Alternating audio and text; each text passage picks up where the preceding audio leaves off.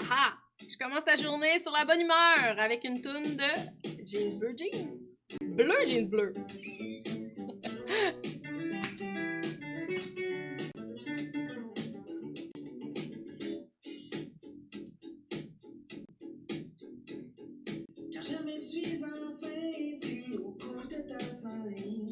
Bon, alors je t'ai mis un peu de sourire. Tu peux aller continuer, hein, bien évidemment, à aller écouter cette chanson pour te faire sourire, pour te mettre de la bonne humeur. Hein, qui dit de danser même en période de confinement. Confinement qui, tranquillement, hein, nous laisse certaines possibilités. On va en reparler d'ailleurs un peu plus tard.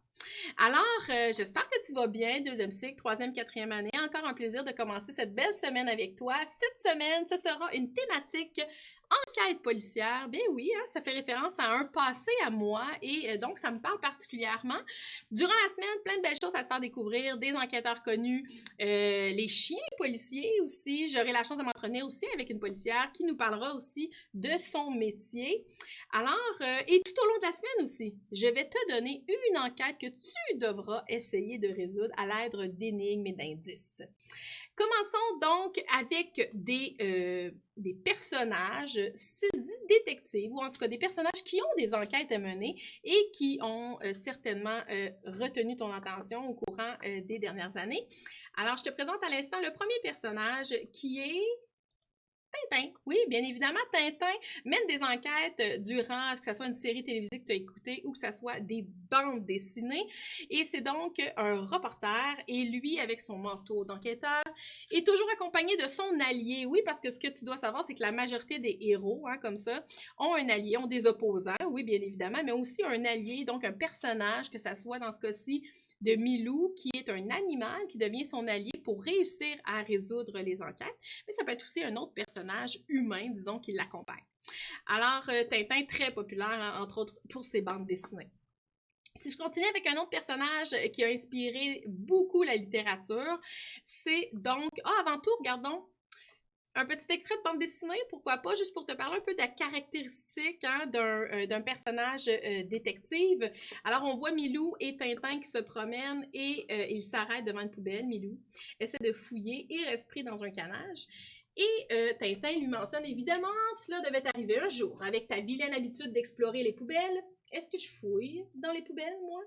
Et oui, hein, peut-être, hein? Oui, parce qu'un bon détective est prêt à tout, justement, pour pouvoir arriver à trouver des indices pour résoudre une enquête. Donc, ça demande à ce personnage-là d'être persévérant, d'être curieux, d'être créatif même et très, très courageux dans certains cas, dépendamment des enquêtes qu'il doit mener. L'autre personnage que je voulais te parler, c'était Sherlock Holmes, hein? Oui, avec son fameux manteau, son chapeau, sa pipe et sa loupe, hein? Et ça a inspiré différents personnages. Quand je pense à des petits cahiers, des petits livres, hein, comme Marie P, hein, qui est un autre personnage détective. Alors, il y en a plein, même dans la littérature jeunesse. Deux autres personnages, en fait, qui ont percé mon enfance, qui est Tom et Julie. Est-ce que tu connais ces personnages? Tom et Julie sont les Intrépides. Ah oui, les Intrépides. Je te parle de cette émission-là puisqu'elle est aussi en rediffusion, hein, cette année, depuis l'année dernière, si je ne me trompe pas, sur UniTV. Et c'est donc deux animateurs radio qui, eux, reçoivent des demandes à l'aide, disons, de leur auditoire, de leur jeune auditoire, et ils partent justement à l'enquête, à la recherche d'indices, de choses particulières pour résoudre, que ça soit un problème, hein, ou une enquête. Dernier personnage, j'ai pas l'illustration, mais est-ce que tu connais Colombo? Hein, Colombo, c'est celui avec le gros cigare, mais lui, là, on parle davantage d'enquêtes de plus grande envergure, hein, que ce soit des crimes plus graves. Moi, j'ai suivi toute la série, c'est pour ça que je t'en parle, et c'est un enquêteur, à mon avis, qui est vraiment très... disons, comment on pourrait dire, c'est vraiment l'enquêteur là, qui fait ses petites affaires, qui résout les énigmes, et lui, dans ce cas-ci, pas d'allié, il est seul, ok?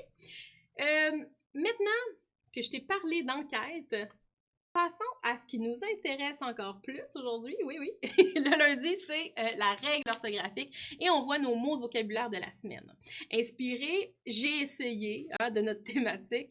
C'est donc la règle orthographique, c'est le « et » cette semaine. Et ce que je t'invite à faire, c'est d'aller dans ton carnet, comme on fait à chaque lundi, et d'aller inscrire la règle et tous les mots de vocabulaire qu'on aura fait. Alors, c'est le 25 mai aujourd'hui. Tu peux l'inscrire dans ton carnet. carnet souvenir, 25 mai, et notre règle orthographique, ce qu'on va voir plus spécifiquement, c'est le « et ». Tiens, pourquoi pas le mettre dans une loupe. Alors, le « et », il y a plusieurs façons de l'écrire, hein? Plusieurs graphies. Alors, si on écrit le « e » accent aigu, si dans la majorité des cas, on va l'écrire de cette façon-là.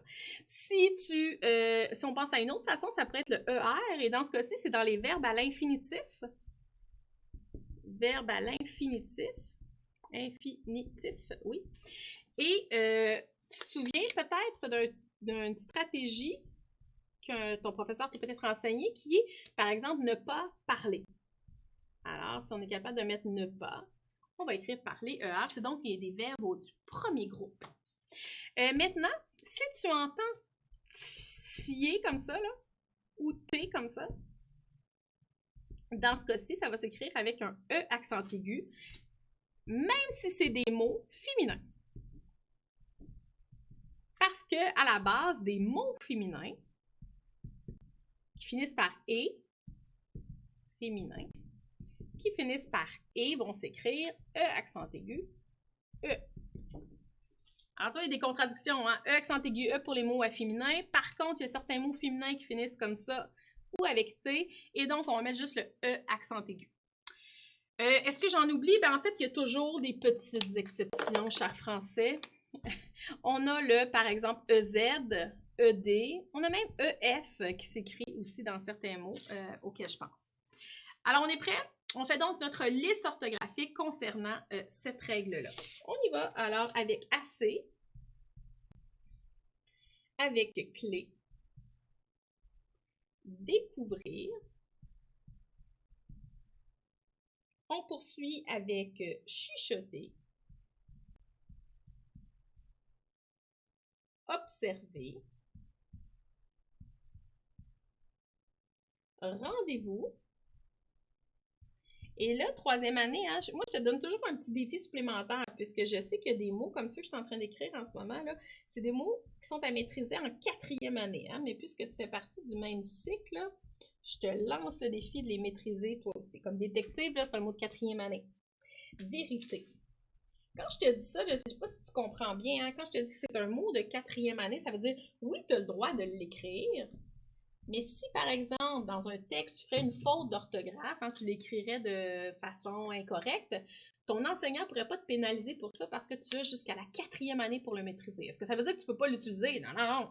Utilise-le, hein? Ne te mets pas de limite au niveau du vocabulaire. Mais bon, c'est ça. On ne peut pas te pénaliser pour ces mots-là. On poursuit alors avec les sons « et ». On a le EZ, le E accent aigu. On voit les différentes façons que je t'ai parlé dans la règle orthographique. ER, puisque c'est des verbes du premier groupe. On a le EZ que je te parlais dans les exceptions. E accent aigu, E. Détective, vérité, il y a deux sons et ici. Hésiter, il y a deux sons et. Voyons les classes de mots. Tu te souviens comment on faisait? On avait certaines stratégies. Assez, je te le donne d'emblée, c'est un adverbe. Par exemple, j'en ai assez, j'en ai suffisamment. C'est donc un adverbe. Une clé, E accent aigu. Pourtant, c'est un mot féminin, hein? Parce que oui, c'est écrit E accent aigu, mais il pourrait s'écrire aussi, je ne sais pas si tu le sais, là, comme ça. Cliff. Mon dit clé. Et c'est donc un nom féminin.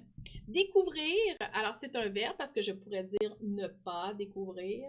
Chuchoter, même stratégie, ne pas, c'est donc des verbes. Rendez-vous, je peux dire un rendez-vous, c'est un nom masculin. Entrée, on dit une entrée. Nom féminin. Détective, un détective.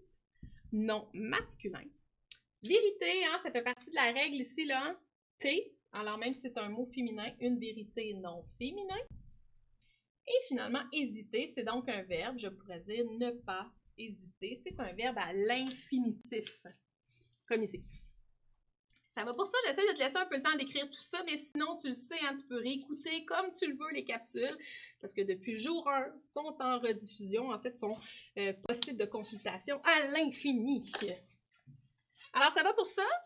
Maintenant, voyons notre phrase de la semaine, hein, parce que le mercredi, avec toi, je vois la grammaire, je vois l'analyse de la phrase, mais j'aime bien que cette phrase-là soit inscrite à l'avance dans ton carnet. Alors, j'efface ça, je vais te laisser le temps d'aller terminer d'inscrire tes mots de vocabulaire si tu n'as pas terminé. Pendant ce temps-là, j'écris la phrase de la semaine ici au tableau. Laure de leur rendez-vous,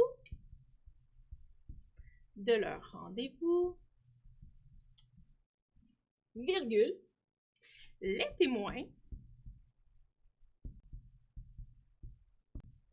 ont hésité